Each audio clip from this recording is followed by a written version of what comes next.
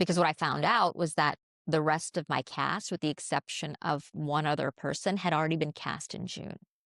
And they said, when did you get cast? I said, I was just cast. The offer was made in September. What I came to find out after asking for submission reports was that nowhere in their submission reports were Life of Pi. Did not come up. Even though I had asked, when the breakdowns come out for Life of Pi, please submit me. So we'll follow up on all of that more because I have so many questions about all of it. Oh, yes. This is off script, so you're going to get the full story.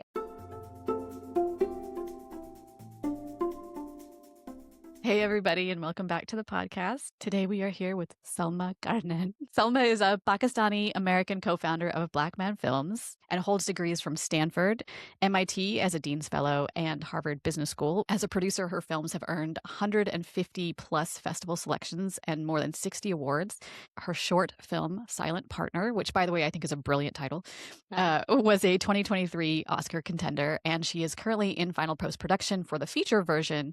She has also performed across film, TV, and theater. In 2023, she starred in Broadway's Life of Pi, which earned 3 Tony Awards. So today we are actually going to look at the audition that you did for Life of Pi. So I know that you did Life of Pi on Broadway, and you also did, I don't know if it's considered a regional show or just a Broadway tryout show. I don't know how that's called, at ART. So we are going to look at the audition for which of those? ART/Broadway, because what was happening with Pi was that they had already had it on the West End. Yes. And they were wanting to make it a Broadway show. And they were casting for the ART production, which technically was their Broadway tryout. Okay.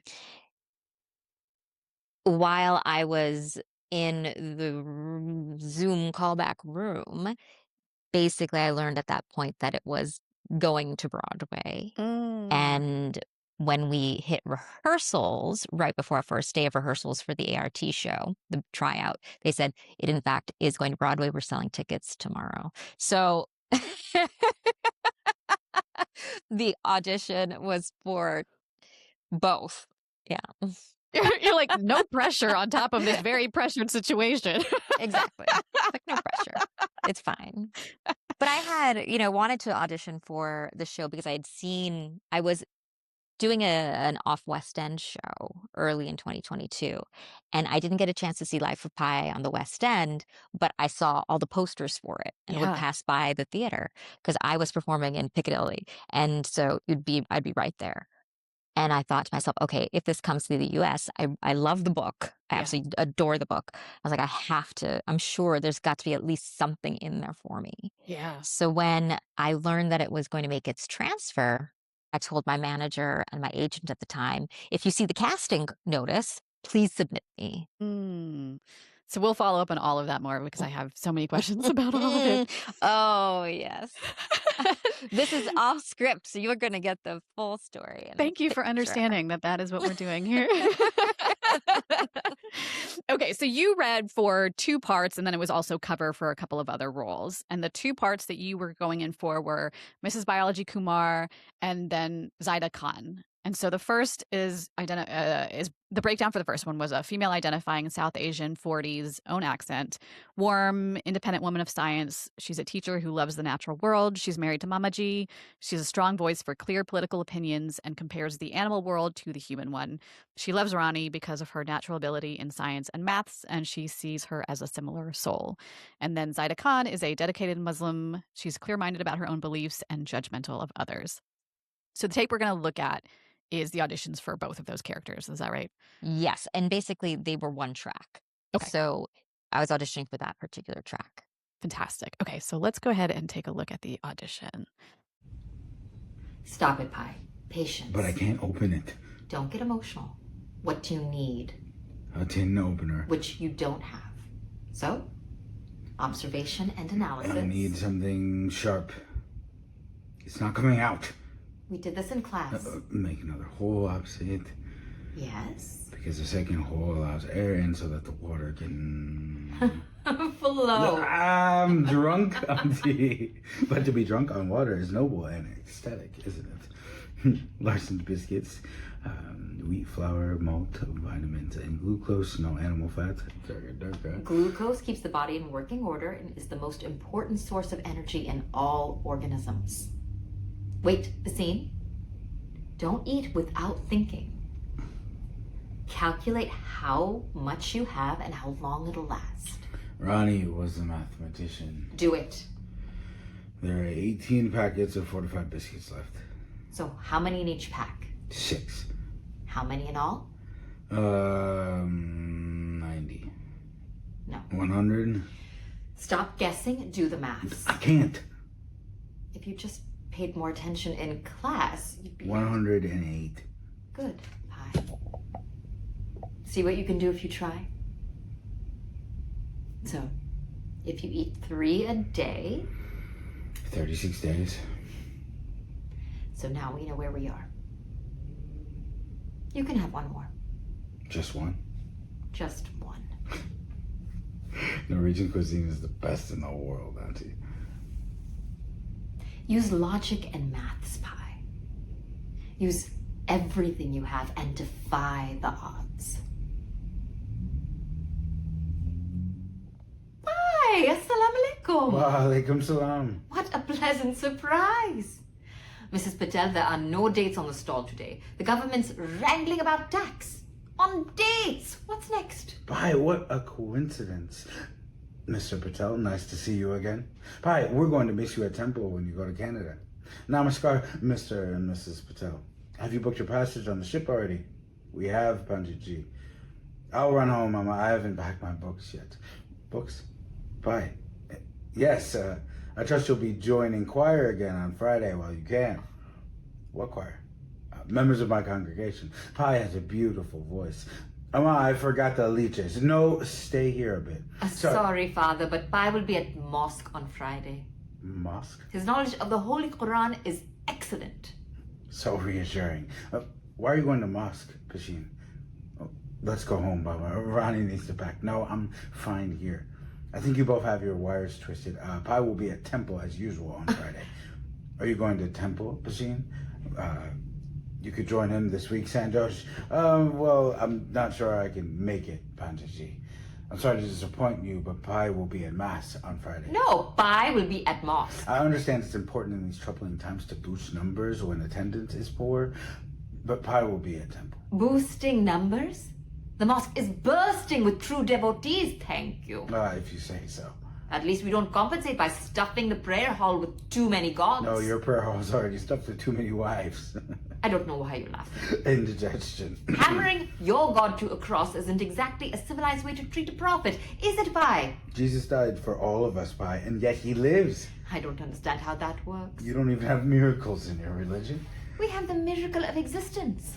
Birds flying, rain dropping, crops growing. We all have that. We have one glorious God. And with only one God, you still can't agree on anything. Says the petty upholder of the caste system. Very impious to divide people like that. Not as impious as eating the flesh of your God. At least we don't worship cows. No, you just drink blood. How dare you belittle the sacrament? Ladies, gentlemen, please, there's still freedom of practice in our beloved country. Practice! Singular! Mr. Patel, Pi can't be Hindu if he believes in this new fangled religion and not our original one. Mrs. Patel, Pi can't be a Muslim if he believes in hundreds of gods and not one.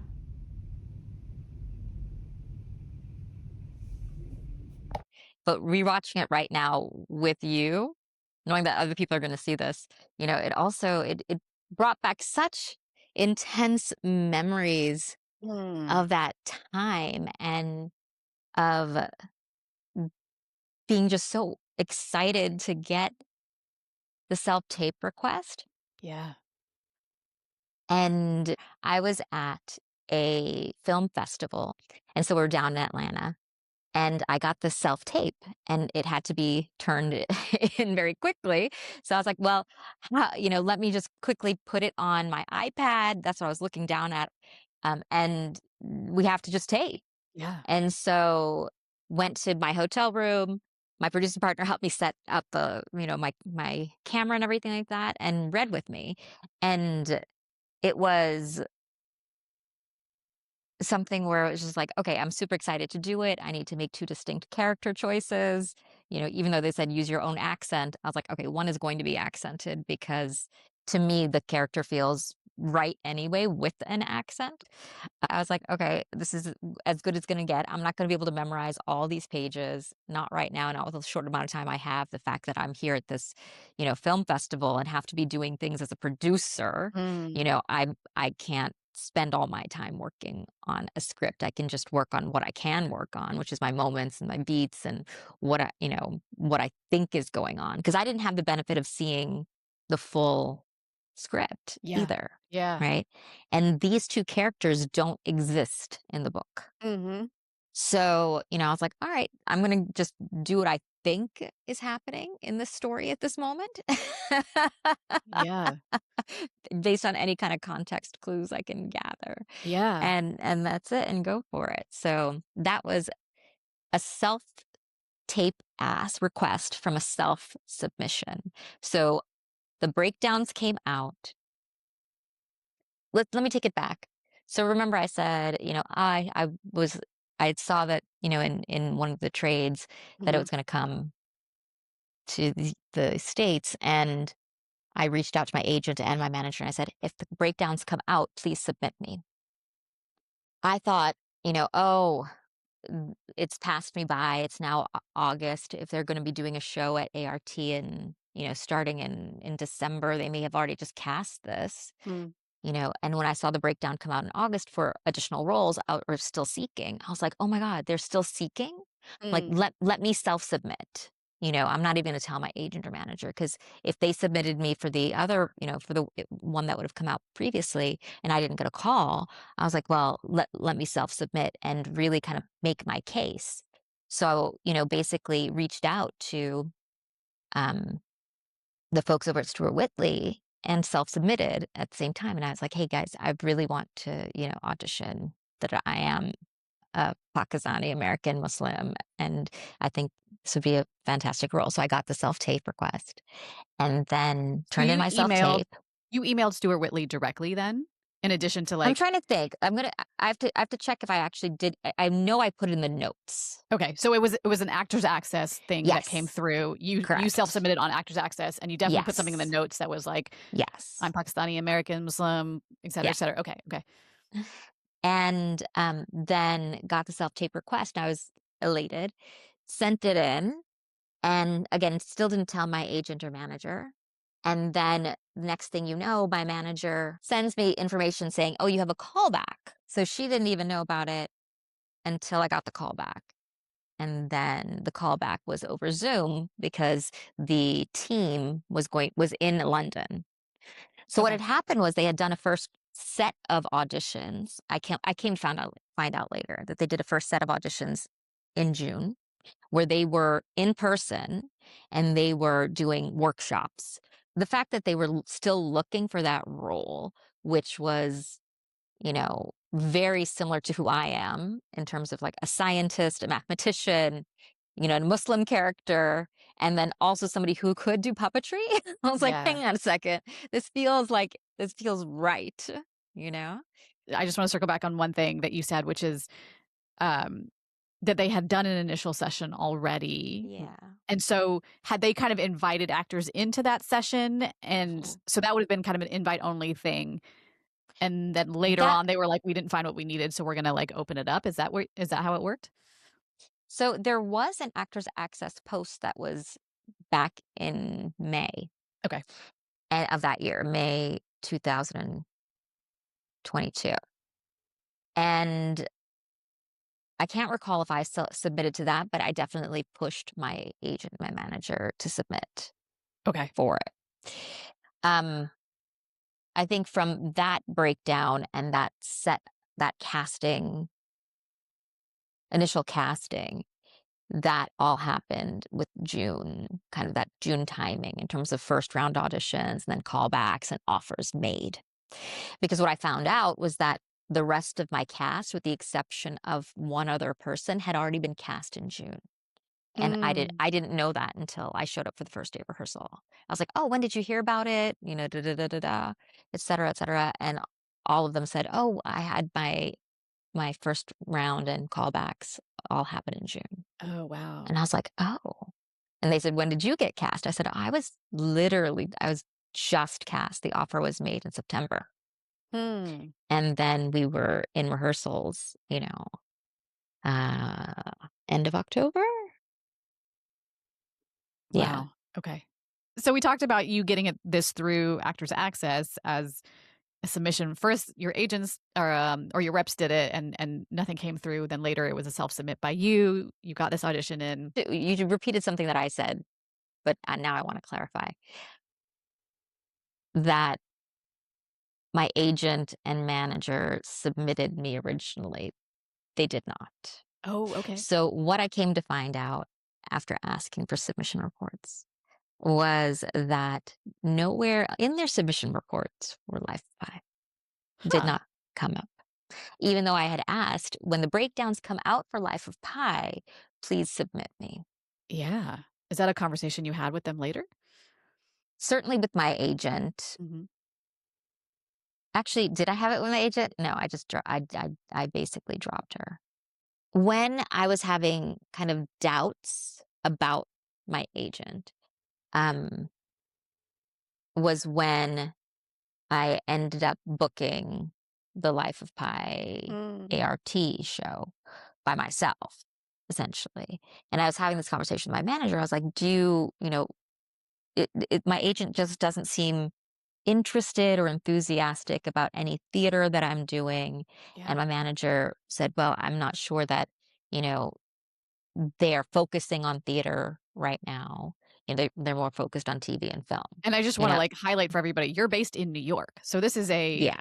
this is an agent not being interested in theater in New York, which is kind of a big deal. So Yes. okay, go on. It is a big deal because that's part of, how I can be bookable, Right. right? And and even with my previous agent, they didn't want to submit me to Broadway gigs. And I was told, and I found out about that. And when I found out about that, I'm like, then I think that, you know, they're not the agent for me, Yeah. right? So I parted ways. Um, Are they just thinking that it's just not enough commission for them to be worth it? Is that why they don't want to submit for Broadway in particular? Sounds the agent that I had who did not submit me for Life of Pi yeah. believes that Yeah. there's not much commission in theater, Yeah. which is true. But And if it yet, if becomes right, and if yet if you hit a Broadway show, you'll get your commission, right. right? Whereas the agent I had previously, I had done so many, co-star bookings with them. My things were developing, but they had said that I didn't have a Broadway path, even though I was getting better at my craft. I came from theater originally. Yeah. I didn't feel like I would embarrass anybody. I certainly didn't think I'd embarrass myself. And that's a big thing, right? It's like if I think I'm good enough, then submit me. And if you get feedback from Right. casting that I absolutely blew it, then you don't have to submit me, Yeah, it's right? wild to take you off the table before we even start. That to me seems nonsensical and kind of antithetical to what an agent is supposed to be It's doing. supposed to do. Yeah. So for me, I was like, oh, when I heard that part of it, I was like, okay, then we're not aligned. And I'd rather not be with an agent at all if it's a person who's not aligned with, Yeah. than with somebody who's not aligned with what I think I'm capable of or what I believe what my vision is for my Mhm. career, right? I'm like, okay, that's fine. I didn't have an agent before. I don't need to have an agent. I can, self-submit, as now you've seen, self-submissions are actually Yeah, self-submission to Broadway is I mean, that's a valuable. story. Yeah. And in fact, a lot of my theater that I've done here in New York has either been from a self-submission or going to an EPA or having, somebody recommend me to a director. So it's not as if, you know, theater has come my way through these formal auditions from an agent. Yeah. When I saw in the submission report that I had never been submitted for Life of Pi, Yeah. it made me mad, made me Yeah. really upset. And then I thought, all right, well, this particular agent, even though I'm giving her the commission off of AART, if I get that Broadway contract, she is not going to get it. I'm going to part ways. I'm like, Yeah. because it wasn't guaranteed for anybody, if they were going to have a Broadway contract or not. What we were told, and this is actors off script, what we were told when we got to the room to rehearse the first day is, hey, phenomenal news. We're like, the show is going to Broadway. However, you guys are not yet. This is essentially a tryout. We're going to make our decisions on who is going to Broadway around the time we open the show at ART. Wow, that's stressful. It was horrific. It was so stressful. This is so funny So to me. Is stressful. this like a British thing? Because the director is British. He directs on the West End. Is this Yeah. like a British thing where they're like, I'm going to tell you in the middle of the most stressful thing, I'm going to add some stress? I don't know. That's a good question because the entire creative team was British. Yeah. The lead producers, everybody. We had producers here in the States, but who came on. And I don't know when they came on in the process. I think once they made the Broadway transition, then they came on. But like, it was, ART was producing the ART show in conjunction with the people from London, and I do think it was a British thing potentially because it was the British producers who said, "Oh, we can't tell anybody yet who we're getting offers until we see the show open." And that everybody was really stressed because we were all working hard. We were creating the show for Broadway, right? With Broadway on our minds. We're creating the show for Broadway, but perhaps we weren't going to be the ones playing those roles. Yeah. So you mentioned this, that so much of the theater work that you have gotten in New York has been self-submitted. So are you going to the EPAs? Are you getting seen that way? Because you're saying that it's not that you're kind of just waiting for your reps to give you the right auditions and you move forward, but you're actively out there and getting it. So what does that look like for you to be getting these opportunities for theater in New York? So part of that looks like, emails to casting when I see something that I feel like I'm right for. That's going to the EPA, like showing up to show them that I'm right for it. That is, also calling my, manager and my new agent, say, hey, this is coming up. I'd love to be seen for it. But it is also, saying yes to opportunities that are like developmental work, like table reads, staged reading, things where people are seeing me doing something because they're still following me on Instagram, right? So like, oh, she's still active, in this way. Maybe let's think of her and bring her in for the next kind of read of something. So that's what it looks like. It's a lot of hustling yourself because what's happening right now on Broadway and off Broadway is that, A-list celebrities are coming in and doing them. And I literally just saw a new show. I didn't see the show. I mean, I saw the listing for a new show coming to Broadway that has Adrian Brody and Tessa Thompson in it. And I'm like, what is an Oscar winner who doesn't really do theater right now? I don't know if he ever did. And Tessa Thompson, what are they doing? Like headlining a show on Broadway, it blows my mind that is what's happening. So which makes all the other shows start stunt casting Totally as well. I mean, we saw too that, I remember looking at the shows for, I guess, this past season on Broadway, and it was Clooney, it was Denzel and Jake Gyllenhaal, it was Keanu Reeves and Alex Winters.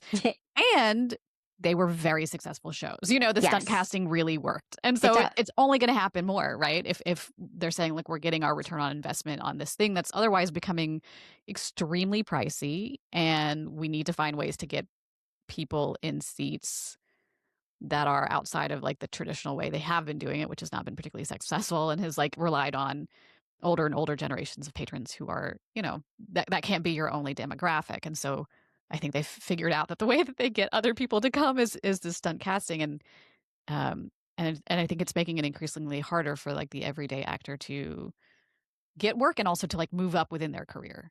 Yeah. And that's very, very true. And one of the reasons why we closed on Broadway is because we weren't selling enough tickets, you know, and you know, we had great houses, strong houses, but it wasn't enough to sustain the show on a week-to-week basis. And part of the issue, I think pricing is an issue, but like part of our issue was that the marketing that was done didn't reach families, it didn't reach book clubs, it didn't capitalize on the show being a movie before. So I think there were definitely holes that could have been filled by marketing to say, hey, you know this IP, you love the book, you love the movie, come see the show, or come see a show that is family friendly. We were one of the only family friendly shows on Broadway. And yet, you know, we didn't have concierges at hotels know about the show. We didn't have, you know, anything that would attract families.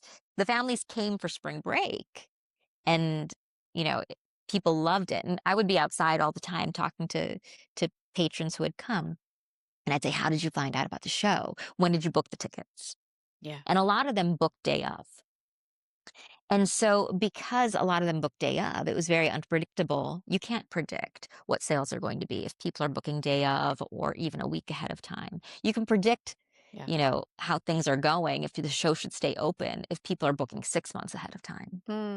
But because the window changed to, you know, booking well ahead to booking in a very, very short window, it's hard to predict what your revenue is going to be. Sure. And when the producers didn't see kind of the revenue coming in through the summer, they made the decision to close after the Tonys. So right after the Tonys, you know, we got the announcement mid-June that we were going to close a month later.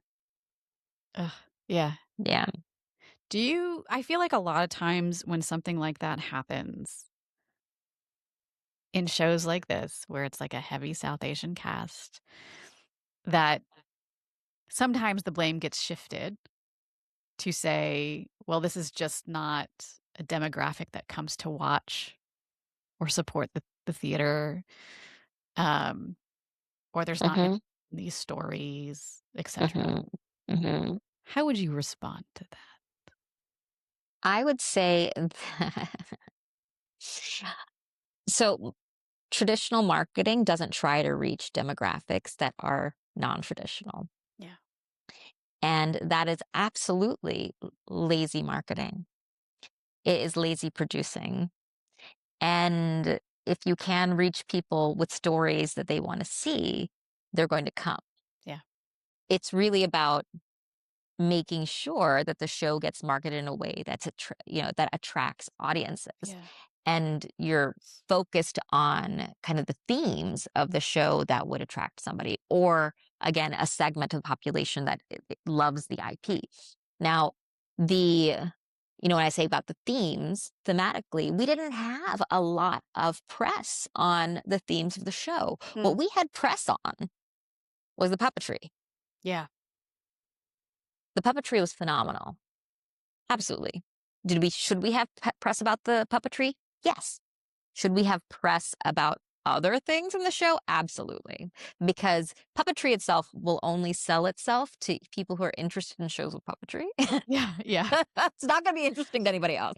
I do wonder if the success of it in London was a little bit of the problem, because it did very successful at the Olivier's, and that was sort of the big thing there, was that like the 7-person puppetry team for this Yeah. tiger all won this award together, which is like this historic win. And so I Yes. wonder if they were like, oh, well, that's what's special about this show. So that's what we'll push. But Right. it doesn't translate like that. It's sort of.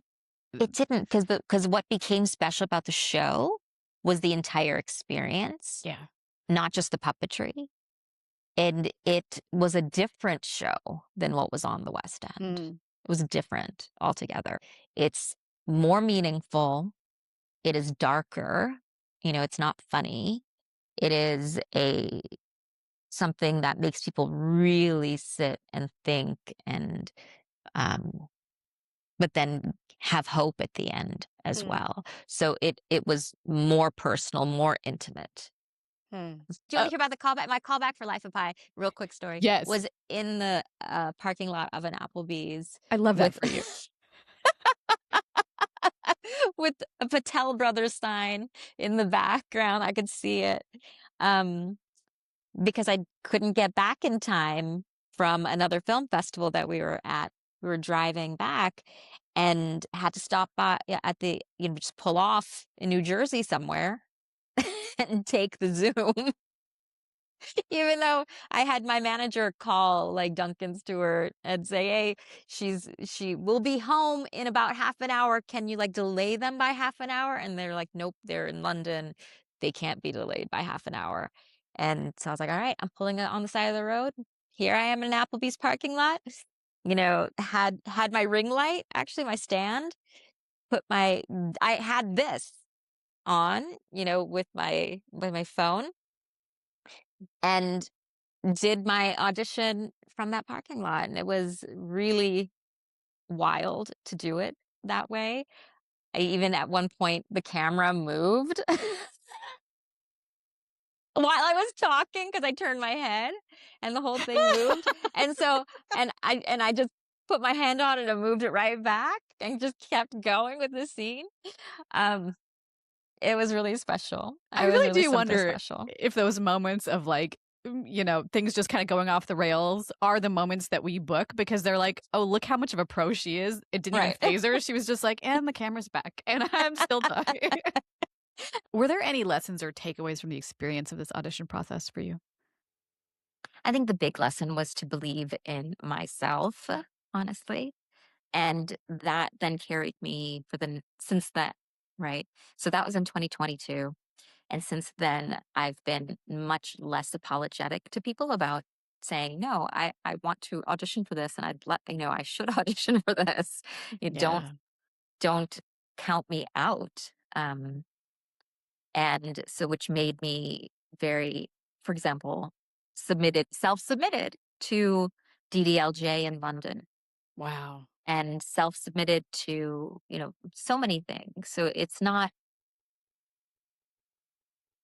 I, like I said, I'm not apologizing for it. It's like, no, I have a good amount of work behind me that's made me confident in my abilities to be able to do it. And if people don't understand that, then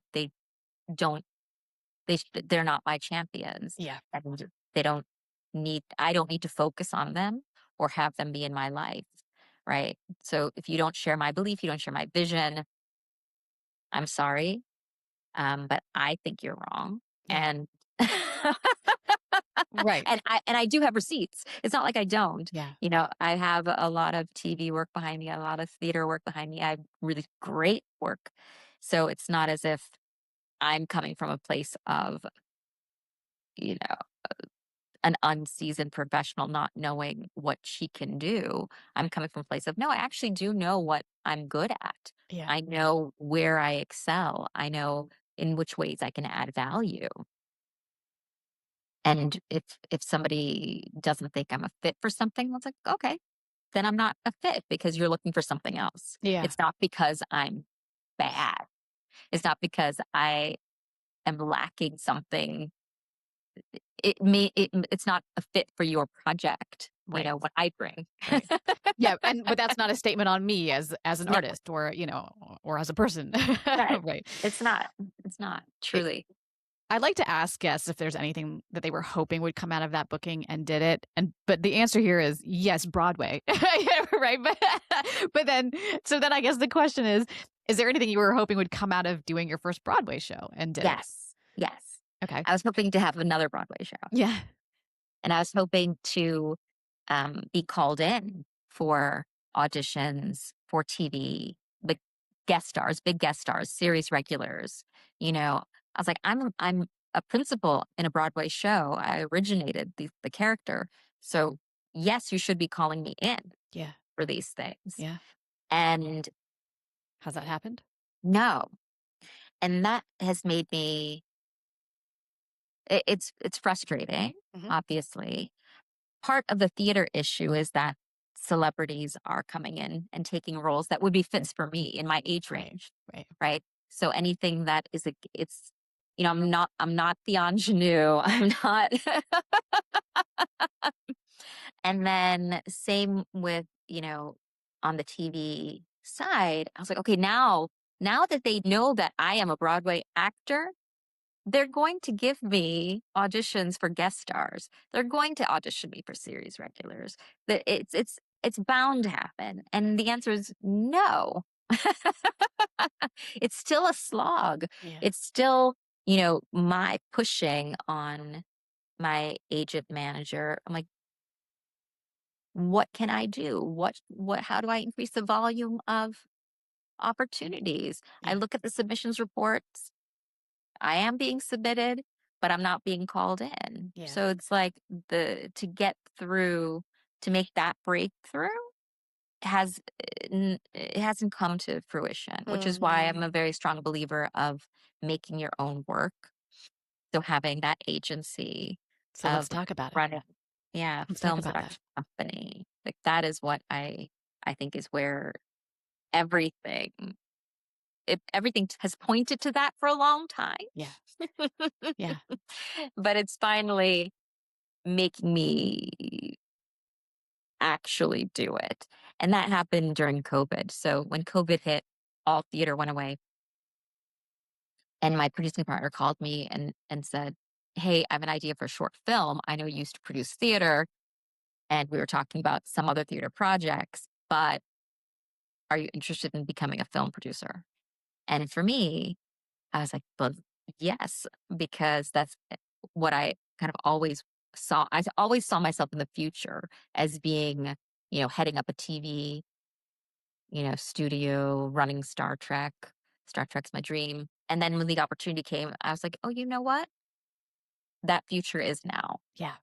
There's no theater. Who knows what's happening? Absolutely. I'm going to transition into the film and TV world, understand how to produce that. Like you said, I have an MBA from HBS, and I know I can run anything that I focus on. So I thought, right, let's figure out how this works. let's try this out.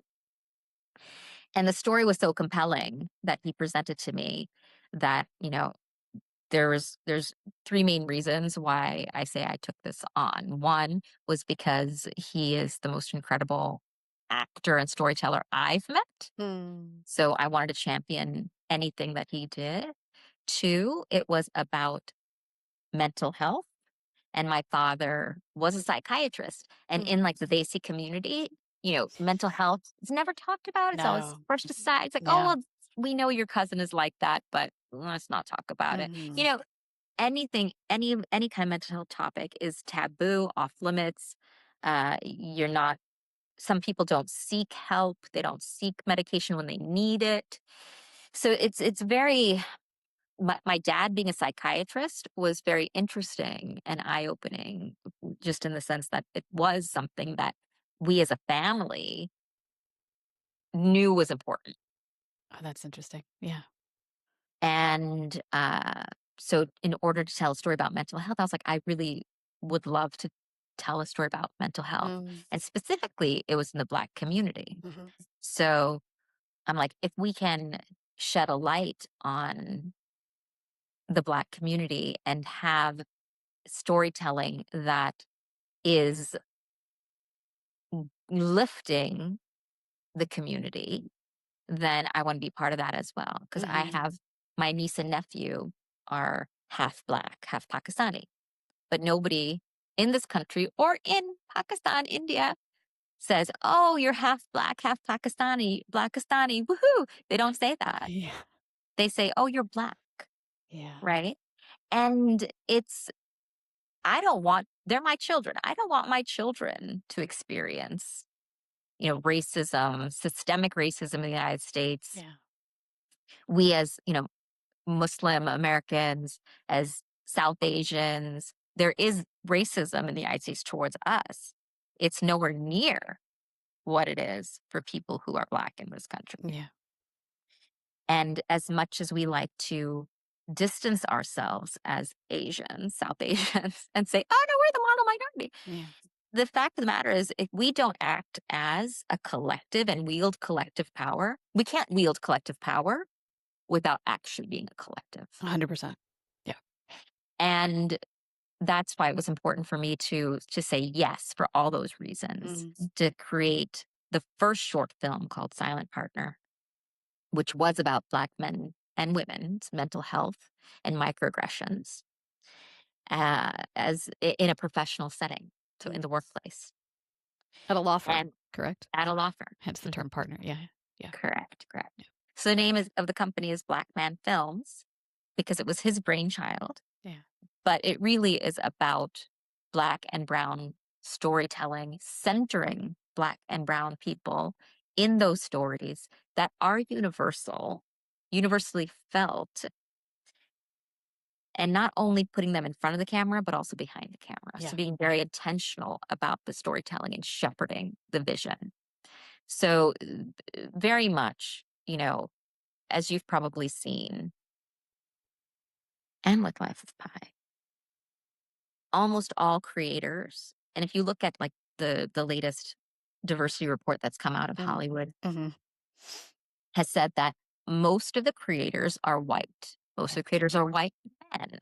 Right. Okay. If that's the case, they're not actually telling lived experiences, right? Or they may not even know how to, number one. They may not know how to shepherd those things either. So it's not about your being that.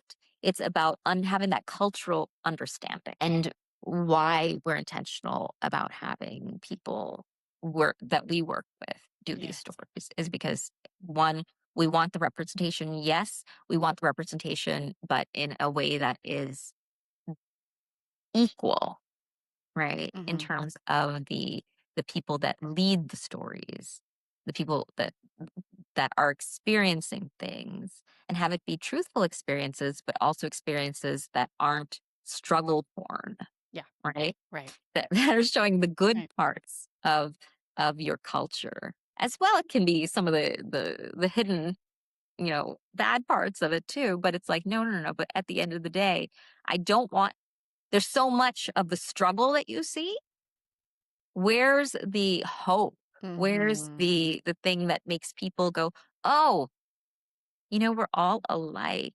And there's, Salma, a Muslim American, she's not a terrorist. Right. Wow. Novel idea. Yeah. But the way people get that, the way that bias happens is because that's what they see in the news. Yeah. That's what they see in the media. That's what they see with shows like Homeland, which is told from the American perspective. It's not told from anybody else's perspective, right? I mean, that's what we see because of propaganda and the military funding of Hollywood. And it's a very particular perspective that we're getting on everything. Who's good, who's bad. Who's good, who's bad, right? So it's like, if there's a who's good, who's bad situation, it's like, well, we want to show you who's also good. Yeah. And who can be bad. Yeah. So that is something that we're very conscious about in the way in which we tell stories. When I have talked to people about sort of independent producing, I always hear the same thing, which is the biggest challenges with it are financing and distribution. And number one, do you agree with that? And then 2, let's talk a little bit more in detail about that. I think the number one challenge in independent producing is financing. Yeah. The second one is distribution. Okay. They go hand in hand Yeah. in the sense that you don't get financing if you don't get distribution. Yeah. Right? Because what financiers want to see is the path to distribution. They want contracts. They want you already to have set up with knowing when they're getting their money back. Mm-hmm. They want the timeline. With independent film, it's more difficult because a lot of independent film is smaller. It's not the big blockbuster, whiz bang, Mm-hmm. Marvel kind of film where you know that there's an audience that's really hungry for that thing. They're going to pay money for that. They're going to pay merchandising fees. All of that can be accounted for in your financing, right? And for people, when people think, oh, I'll get, here's my ROI, you can calculate that. Indie film, it's harder to calculate the ROI because of the uncertainties of who the buyers are Mm-hmm. and where they are and what they're buying Mm-hmm. and what they are also gatekeeping. It used to be that the path for an independent film was that you made the best art that you could. Mm-hmm. You put it into a big festival because festivals all were indie festivals. Mm-hmm. They weren't studio driven. Right. Right. Which has changed. Which changed. Yeah. At those indie festivals, distributors would come, they'd see everything, they would take things and put them out for theatrical release and then sell, the ancillary rights for different things, broadcast, etc. Now, the major festivals in which the distributors go are very much about studio films. Yeah. Which studio films can I get to my festival to build my audience? Which celebrities can I get to my festival to also make my festival seem shiny? Yeah. And less about the material that they're showing. It was an article in Variety or Hollywood Reporter last year about Sundance. It was very specific, saying, where have all the politics gone? Essentially, what had happened was, publicists were telling reviewers that they couldn't ask celebrities or filmmakers about politics. Yeah. They couldn't touch anything that was related to DEI. They couldn't discuss anything that was quote unquote like woke. They had to bow down to the administration. Everybody was scared of the administration. Everybody's still scared of the administration. Yeah. Such that, there weren't films that were challenging people's thinking. Yeah. Right? They weren't films that were about the zeitgeist in the sense there were no films that were challenging,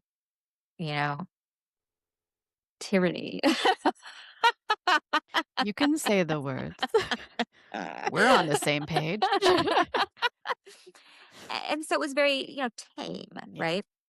And at the same time, distributors were like very hesitant about showing anything that was, again, going to challenge the political, the MAGA, the administration, the public, because they didn't want to upset anybody. And when Jimmy Kimmel was thrown off the air, that's when people started getting heated about it. Like, why are you taking away Jimmy Kimmel? He's our amazing comedian. And it took for that to happen, for people to actively cancel Disney subscriptions. Yeah. For people to start having a conversation again about, well, why aren't we showing things on television, in film? Why aren't these the films that need to be shown to increase empathy within our population? Why are they not being shown? Isn't that kind of concerning, though, that it's like, actually, we're fine with erosion to a certain point. It's just that, like, once it gets too visible, then we're like, oh, no. Censorship is bad. But, like, it's actually, it's just that, like, they just made it too visible too fast.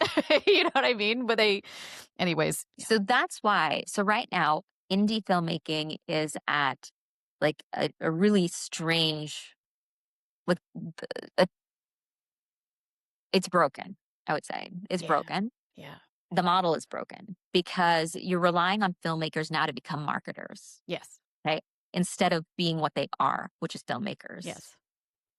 And when you're relying on a filmmaker to become a marketer, it means that they are going to try to become, influencers, try to build audiences in different ways, to get an audience for their film versus focused on the art such that the art could be then distributed in the way that it should be to be seen more widely. And marketing takes money. Filmmakers don't have money. Yeah. They're reliant on, especially indie filmmakers, are reliant on private wealth, not on studios coming in to save them, not on distributors giving them a minimum guarantee, not on anything like that. They're reliant on wealthy donors and funders who come in and fund the project because of its worth, right? Not necessarily funding it to be the next Marvel movie. Right. And there's a big disconnect especially with filmmakers of color now, between the funding and the filmmaker. Yeah. Because white financiers or people with wealth, they aren't necessarily going to jump on board a story about people of color. Yeah. And certainly not one that's going to like challenge certain power structures or that they are participating. Yeah, or they benefit from. Yeah. So they're not going to be the first to jump on board. And that leaves then people of color having to come into an industry they've never funded before. Yeah. Okay. And when someone has never funded something before, they are trying to figure out and balance multiple things. They want to know, well, what's the return, right? When is that going to happen? Can I think of this like investing in tech? No, because it's a completely different type of, asset you're funding. Right. Okay. And benefit you're funding because the ROI is not only, it's a double bottom line. Yeah. It's like your ROI, yes, is financial, but the real ROI here is the change of hearts and minds, increase in empathy, changing the narrative. Right. It's the mission-driven metrics that's what you're funding. Right. And those are not metrics that IPO. Right, exactly. And those are metrics that do. Yeah. And so, convincing and educating, it's really about educating people who have never funded an industry to come in and fund that industry. And that's a tall order. And I had this conversation at the Muslims in Business Conference at HBS last week, where I also said, if we're very serious about changing narratives, because that's what we were talking about, changing the narrative, we have to be willing to put our money into that change. We can't just think of ROI as like funding somebody else's business who may not share the same values as you. Yeah. If you want to be a part of work that shares your values and promotes your values and makes your values normalized, like normalizes your values in the United States such that you benefit from that normalization, then put your money in those businesses. Be very, very intentional about your purchasing and about your investing. Okay? Because you ask yourself, who benefits? I wanted to also kind of pivot to this larger discussion around equity and inclusion, because obviously that is sort of one of the main underlying points of Black man films, is this desire for greater representation of historically excluded communities. And I think we've talked a little bit about how you, being a predominantly like Black and brown led production company, has impacted your ability to do the work in some way, certainly from this kind of like financing piece and the people that are used to financing into this industry. Are there other ways in which you've seen being a predominantly led Black and brown production company has impacted your work, positively or negatively? I think very positively, I see that more than negatives. Like, what I see positively is that people wanna work with us. Yeah. They're Like, hungry for it. They're they're hungry. hungry for it. They're Yeah. absolutely hungry for it. They're like, "We love the fact that you are centering, us everywhere, like, not just in the story, but, like, also in every single part of the mission." And we have had so many people approach us for us to look at their scripts, for Mhm. us to see if we can, like, help them, produce their first short film, but in the way that we do it. Mhm. And that's exciting to me. Like, Yeah. I like to lead in that way very much, because that means that we are setting the stage and lifting other people up at the same time, which is Mhm. exactly what the mission is. Mm. I'm curious on a personal level how you've seen the industry change as a, you know, South Asian Muslim woman who's been at it for a while now. I personally kind of left doing theater uh, 8 years ago, maybe more, because I remember sort of just scrolling through theater after theater, season after season, and there wasn't even a single role that I was eligible to submit for. I'm not a musical theater actor. Maybe that was a different experience. I don't know. I'm curious. I mean, it seems based on your body language that you had similar experiences as that. Did you notice a shift post George Floyd and the Dear White American Theater movement? Did you notice a shift? And have you noticed whether that shift has sustained?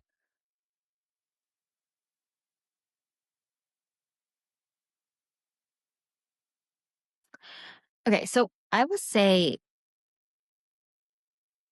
the shift kind of happened, in the sense that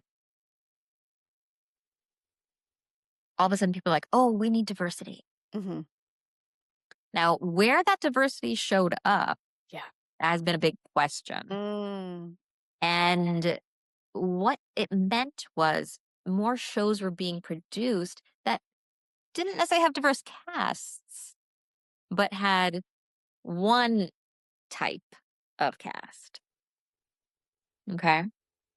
So, meaning, oh, maybe we'll produce another Black show. Maybe we'll produce a South Asian show. Maybe we'll produce a Latino show. Maybe we'll Yeah. produce Asian, a Korean show, right? Versus, let me see the show that I have and, like, actually have a, person of color as your lead, and what may Mhm. have been, you may not have thought about that way Mhm. before. There has been some of that in musical theater, which is kind of like they're kind of regurgitating some stereotypes where they're like, oh, we can have the woman be a person of color, but the man has to be white. Mhm. It's like, here are your tropes I'm giving Right. you, Right. So it's very, it feels a little bit like, okay, we'll let you have your show, Mhm. but we're not going to necessarily bring you into ours. Right. And we might cancel your show earlier than we would cancel another show. And we might cancel your show earlier. Yeah. Do that. So specifically then on the TV side, you can see the numbers in the Hollywood Diversity Report. But, while the amount of leads sometimes, went up, they only went up in certain pockets. Mm. And in the last year, it's contracted quite a bit. Yeah. But in viewership, in viewing behavior, stories that had people of color in the leads still rated very highly across demographics, all Mhm. demographics, higher than casts that were less diverse, Mhm. you know? And so, like, ratings are higher when you have diverse casts. Mhm. Box office ROI is Mm. higher. with diverse casts. This is what the founder of the Blacklist talks about all the time, where he's like, these are the movies that do well, you Right. know? These Yeah. are the Yeah. absolutely. And it's because the people who are purchasing the tickets and seeing movies and watching and over indexing on streaming are people of color. Yeah. Okay. So Black audiences, for example, over index in ticket buys for theater, not theater, for like movies. Movies. Yeah. Okay. And they won't see something once, they'll see something twice, three times. Sinners, Yeah. Yeah. huge box Huge. office, Yeah. right? Yeah. 400, $500 million box office. People saw that multiple times in the Sure. theater. Okay. The audiences do crave and want diversity, but like they want people to also be the leads. They don't want them to just be the side characters, the supporting 100%. characters, Yeah. right? But yet what I've seen is that, you know, on TV side, co-star roles continue to be like that's where all the diversity is Right. They're happening. like, oh, checkbox, Co-star, got look, it. Got it. Yeah. checkbox, Totally. checkbox, the bottom. Right. They're not they're not doing that here. Right. That series regulars, it's still very much not. And so, but like in the co-stars, like the people who are like Right. your vendors, your taxi drivers, the people, your Your teacher, doctors. your doctor. But let's just be clear. We're not going to cast you as a series regular on a medical procedural, but we'll put you in as a doctor co-star. Yes. So this is actually a piece I really want to kind of explore a little bit because we're so far away from any real, equitable representation. It's still such a granular level in which we're dealing with it. But I myself sometimes find that I have a hard time knowing how to define logical parameters around what we want representation to be. Yeah, I think that's a good conversation. Yeah, topic. I think we should table that for a longer discussion. I think so too. Thanks. We're going to come back to that later. You Everybody, should wait for You part two should. because I do think that is something that I actually think that's a conversation we need to be having. So then we can say this is how we think it needs to be done and not have it just keep being put on us as to how it gets done. Right. Because a lot of what's put on us is, right, like in the TV world, as soon as somebody sees your face, they make an assumption quickly about your background, where you're from, what level of education you've had based on your teeth, maybe, and how you speak, right? And it really should be about what you can deliver to the character as the actor, in my opinion. And if it has to be culturally specific, it has to be culturally specific. But if it doesn't have to be culturally specific, Right. then it can be what is the essence that you're bringing into this character? Does it fit with the story? Yeah. So that is how I look at it. Certainly, it's very difficult when I see something. Then I have seen these things where something was supposed to be culturally specific, and from like either like a Pakistani Muslim identity perspective, Right. that I would watch. I'm like, oh my God, this director has no idea what the playwright even meant by that. Yeah. Yeah. And when you're in that space where you're just like, yeah, then you have to have more people saying and pushing back, saying, well, this actually is culturally specific. Yeah. So we need to pay attention to that. And then it also sort of becomes a form of self-policing, for actors. And I know a lot of us have kind of gone through iteration, especially if we've been around long enough of sort of like, what am I willing to go out for? Exactly. What can I be seen for? Yeah. Yeah. What am I willing to say yes to? Because my reps are still going to send me that stuff. And then it becomes like, it's interesting. I suspect that I probably saw that same Life of Pi submission, Actors Access thing, and I wouldn't have submitted for it because I would been like, this is for a Pakistani Muslim person, and that is not me, and so I'm not going to submit for it. And if I wait for like the roles that are that specific to me, they will not happen. They don't exist. They will not happen. That's the thing. When I saw that, I was like, are you serious? There's something that exists that's like that they're looking for me. Right. But it is very true, right? It's like, how many shows are there about Pakistani Muslims in the United States who are non-hijabi? Right. Like right. how many shows like that? Like, right. And then nothing. it gets like, I don't want to be frustrated about it, but I think I feel a certain way when it's like a South Asian creator has made something and they have intentionally included someone that fits a very specific cultural box that I happen to fit, and it's one of the very few times that's ever going to happen. And then they will cast it with someone who is not from that, and it's like, And then they say that they wanted that. right, And then right. And I kind of want to be like, on the one hand, yes, and on the other hand, but come on, and I feel conflicted about what to want out of that, because like, we exist, all of us. There is someone who fits every box right now who is an actor in America who could have done the job, and it's such a hard conversation. yeah, it's a very hard It's conversation. such a hard conversation. Yeah. And I think everybody has to make a choice for themselves as to what they feel comfortable going for. And, in my particular case, I'm like, well, if I only wait for what is exactly me, I'm never going to work. Yeah.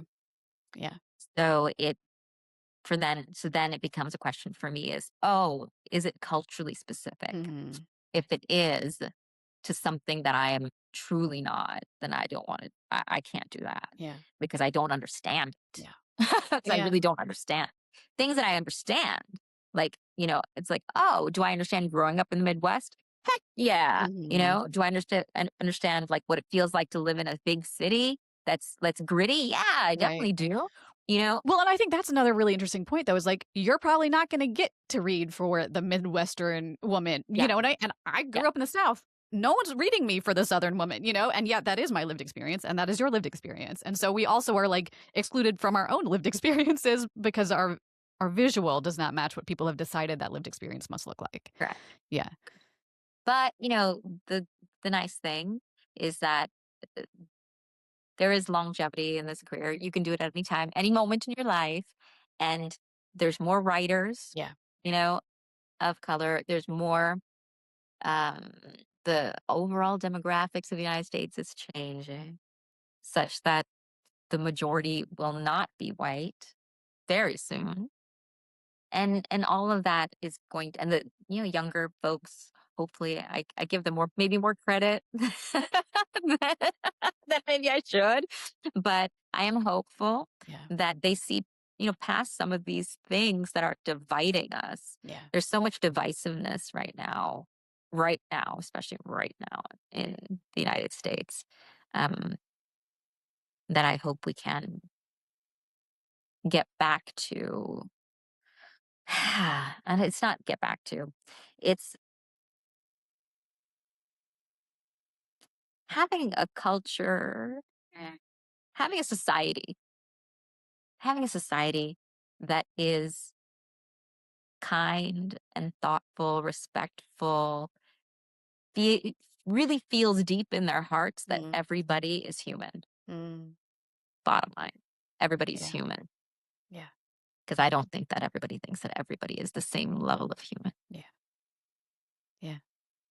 What is your wildest take on how we could be doing this whole industry differently? I mean, the wildest take is is solving the biggest pain point, which is funding, financing, living wage, all of those things. So if our society were really, and same thing with education, I think education and entertainment are undervalued in the United States. Yeah. And that is sheer, capitalism, right? So I think if our society truly valued healthcare, fundamentals, education, art, things that make you human, things that protect your soul, things that make you excited to be alive, if it wanted to protect those things, then it would fund those things. Salma, thank you so much for joining us today. This is a fantastic conversation. And no, thank you. I appreciate it. Yeah.